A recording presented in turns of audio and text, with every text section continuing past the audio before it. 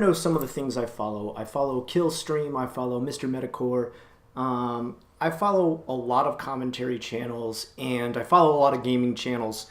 And the biggest news between a lot of these channels right now is a fight that was supposed to happen. And I'm talking like a real life fight. I'm not just talking about, losers arguing over the internet via keyboards, okay?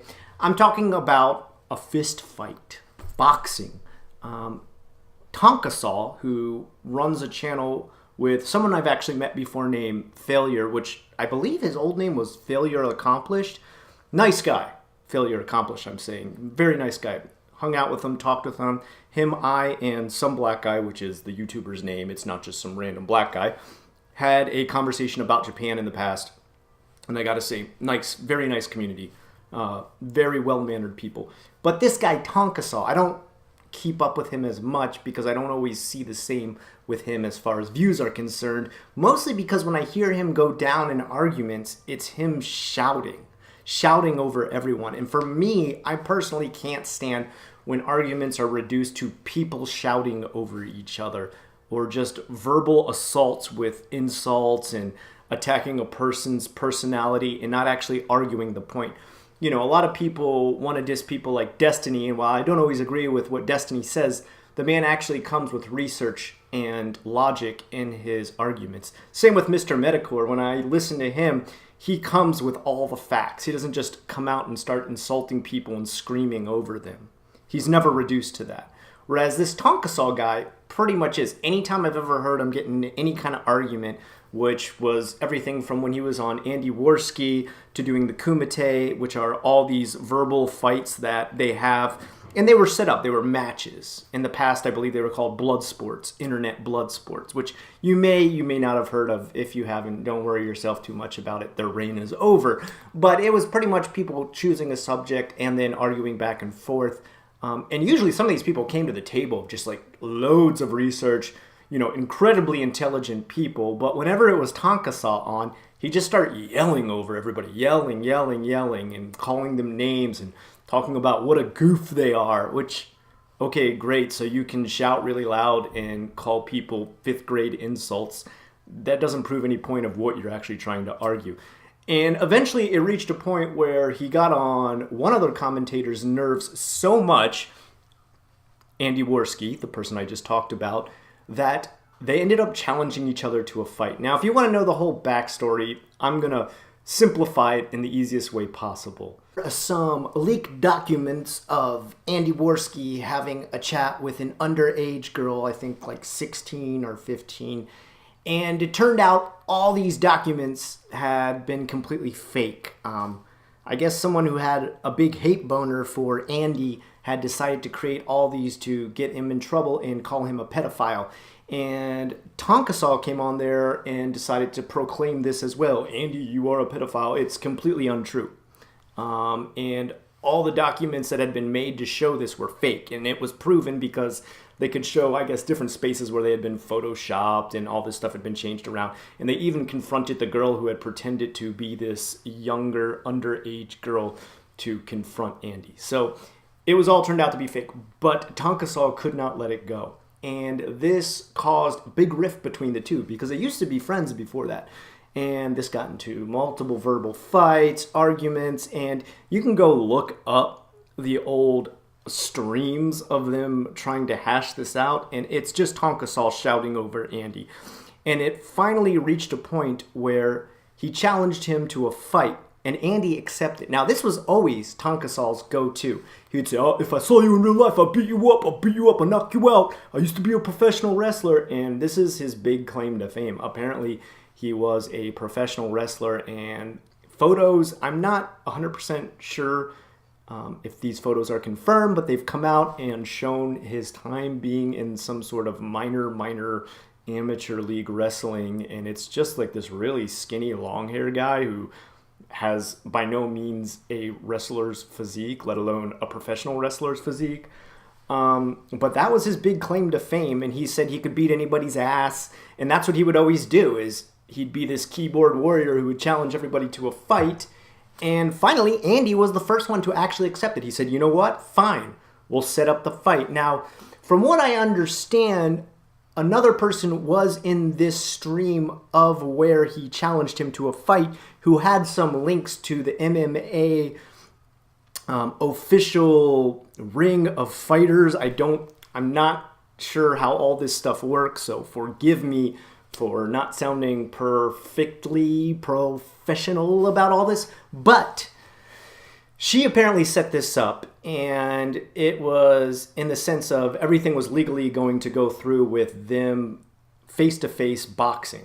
And this includes quite a bit of stuff for it to become official. Like, you have to send in blood work, urine work, an ID, a photo ID. You know, you're pretty much, you're proving who you are, and, you know, you're not sending a ringer to the fight to fight for you. And no one had actually ever seen Tonka Saw's real face. He had always had this wacky little cartoon that looks like a zombie Indian. I don't know what I'm supposed to call this thing. And Andy, of course, had been seen, you know, visually from day one. So Andy actually starts working out for the next, I don't know how many months it's been since this was announced. I want to say 8 months he started working out. And he actually started to get into pretty good shape. Although recently I saw a photo of him at the match, and he's kind of got that skinny beer belly look going, you know. But he had really been working out, and apparently he built up some muscle. He got ready to fight. Meanwhile, everybody's talking to Tonka Saw too and asking, yo, what are you doing? How are you getting ready? And he was telling people things like he was training 8 hours a day, which, I mean, that's actually kind of ridiculous, because if you trained for anything for 8 hours a day, you would almost reach a point, unless you were under some sort of great coach's guidance, where you would tear down your own body working out. I mean, there is a point where you can overwork yourself into never building any muscle or endurance because you're never giving your body a chance to recover. But during the time that he was supposedly working out 8 hours a day, he was also doing like 10 hours of streaming. So unless he's only getting like a couple hours of sleep every night and not allowing his body to recover, I don't know how he's pulling all this off. Andy was being a little more realistic and being like, yeah, I'm heading to the gym for 2 hours today, and I'm practicing boxing, lifting weights, and I'm eating healthy. And he started to really get into shape. So it got closer and closer. It was supposed to be, if I'm correct, the January 19th that this fight was supposed to go down. And more threats were being made by Tonka Saw during all this time about how he was still going to kick his ass. He even brought Mr. Medicor on one time and said, look, if I win this fight, Tonka Saw said this, if I win this fight, you need to delete your channel. And Medicor stepped up to it and said, yeah, you know what, 100%, I will delete my channel. But if you lose, you need to wear a dress and walk up and down and say, I'm a soy-filled bitch in the street. I don't know if that ever would have really happened, because lo and behold, the results of this whole fight were Tonka Saw completely dipped out. He never showed up.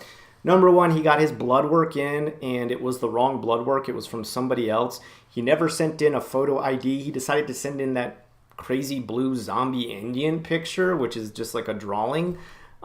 He never sent anything in on time. The blood work was found to not be his. He even went so far as to have his name legally changed, I guess, to make all the contracts that he had signed up to that point negligible. I don't quite understand what he did that for, but I'm guessing it's to make more red tape for this fight to actually continue. And he did every last thing possible while Andy was gung-ho, coming all the way from Canada down to Tennessee to prepare for this match. He shows up the day of, and guess what? Tonka Saw's not there. Tonka Saw never shows up. He completely dipped out of the fight. He completely chickened out. And now he is so lame that as of today that I'm making this video, even after an apology video for not showing up, because a lot of his fans paid for this to actually come meet him and see him and fight, I don't think they really cared if he won or lost. I'm sure they were rooting for him to win, but I think at the very least they were just hoping he would show up. So he made an apology video saying, sorry I didn't show up for that, but, you know, I think Andy's trying to scam me, and I think it was just a screw job by the fighting company. He's saying that there was some sort of conspiracy theory that Andy and this boxing company, which apparently is like a true-to-form boxing company that sets up these matches, or maybe it's an MMA one, I don't know completely, but They've had like years and years of setting this up, and they're an official company that does this all the time. Like that's all they exist to do. He's saying that them and Andy set this up to screw him over and make him look bad. That there was no way he could have shown up for the fight, and they knew that. And so they did this to screw him over and look bad. Instead of just saying, look, I pussied out. I got too scared. I know I'd actually get my ass kicked in real life. And since Andy's been working out all this time, I got really freaked out and I didn't show up because I'm just a lot of talk and not a lot of walk. And now he's taken down the apology video as of today. I mean, something else might go up later or he might make a new apology video. Now he's taken it down because of this supposed conspiracy theory, or there might be some new reason he comes out with later when he puts up a new video. I don't know. But that's why I always say to a lot of people, you know, you got these online personalities. It's cool. I got my own too. I act different than how I would act in real life. In real life, I talk to almost no one. I don't even text or call anyone. I don't really care to. I'm too busy with my own personal family life. But one thing I definitely don't do is talk about taking my online life out to the public. Anything that I say I can do, I've shown on video, and I can also do it in real life. I don't try to profess all these great talents or any secret fighting skill that I might have and challenge people to a fight in real life because, first of all, just saying that I'll beat you up is a ridiculous way to come back to any conversation or argument or, I don't know, verbal assault. It's ridiculous to pull the whole I'll beat you up. I bet you if I saw you in real life, I'd beat you up. It's ridiculous. I'm sure I probably said it at some point back when I was a much younger lad who was far more confused and definitely immature because that's what it is. It's a really immature thing to do. And anyone who's been on the internet for, you know, even a short amount of time creating some personality knows that those people that usually say that are exactly what Tonka Saw is, and that is a keyboard warrior. If you want to know more about this, I suggest going to check out the Mr. Metacore video and checking out the kill stream too, and check out all the other acts associated with this amazing play, and you'll see what a chicken shit this Tonka Saw guy is. Anyway, that's all I got for you today. Those are just my 2 shiny cents on this whole issue. If you like what you saw here today, think about subscribing. At least comment if you can. Until next time, I'm Scott Ackerman.